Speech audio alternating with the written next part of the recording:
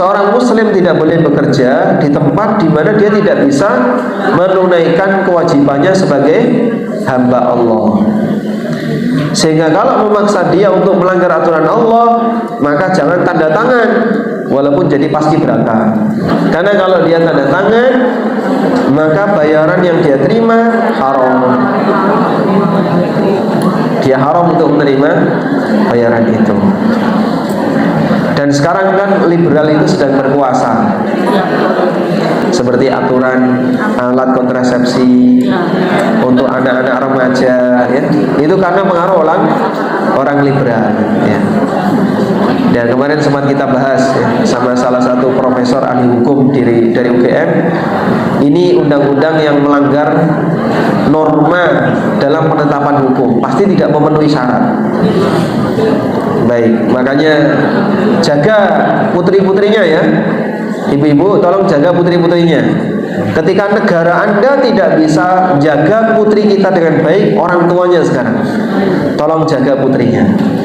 Baik, Anda lebih milih mana? Putrinya tinggal di pondok atau di sekolah umum?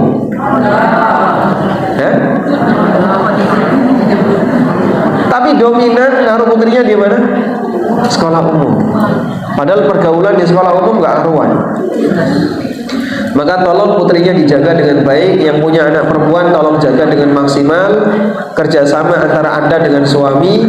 Jangan sampai pertahanan akidahnya rusak, akhlaknya rusak, walaupun negara kita memfasilitasi. Menutup aurat selagi mampu untuk melakukannya. Karena Allah perintahkan, ya Bani Adam, khudhu zinatakum inda kulli masjid. Wahai Bani Adam, gunakanlah pakaianmu ketika kamu mau ke masjid. Maksudnya adalah mau sholat.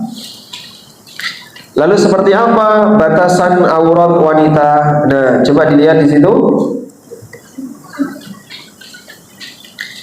Menurut mayoritas ulama, ketika seorang perempuan melaksanakan sholat, baik ada laki yang bukan mahramnya maupun tidak, wajib baginya menutup seluruh tubuh kecuali muka dan telapak tangan. Satu, ya. Yang kedua, apabila sebagian aurat seorang perempuan terlihat ketika dia sedang melaksanakan sholat dan ada lelaki yang bukan mahramnya di sana, maka dia berdosa, tapi tidak batal sholatnya.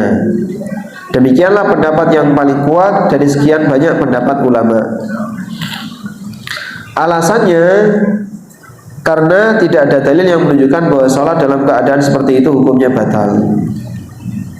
Yang ketiga, jika seorang perempuan melaksanakan sholat dalam keadaan sendirian atau di depan suaminya, maka dia harus memperhatikan hal berikut.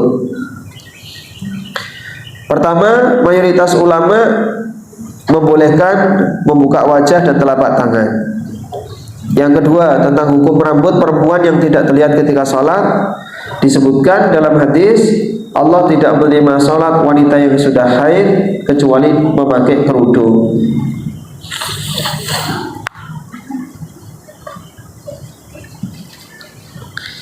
Sementara untuk kaki telah disebutkan dalam hadis dari Ummu Salamah radhiyallahu anha. Gadis kecil yang belum balik tidak diwajibkan untuk mengenakan kerudung ketika sholat. Diriwayatkan oleh Ibnu Abdul Razzaq bahwa Ibnu Juraij bertanya kepada Atta mengenai ketentuan aurat dalam sholat bagi gadis kecil yang belum balik. Atta menjawab, cukup bila dia mengenakan sarung. Berarti nggak pakai jilbab nggak apa-apa. Ya, dulu pakaian itu terbatas, sehingga punya jilbab itu jarang. Maka yang belum balik sholat hanya pakai pakaian bawahan saja, atasnya dia nggak pakai jilbab, diizinkan karena tidak sampai menyebabkan sholatnya, sebab dia belum balik. Wallahu a'lam.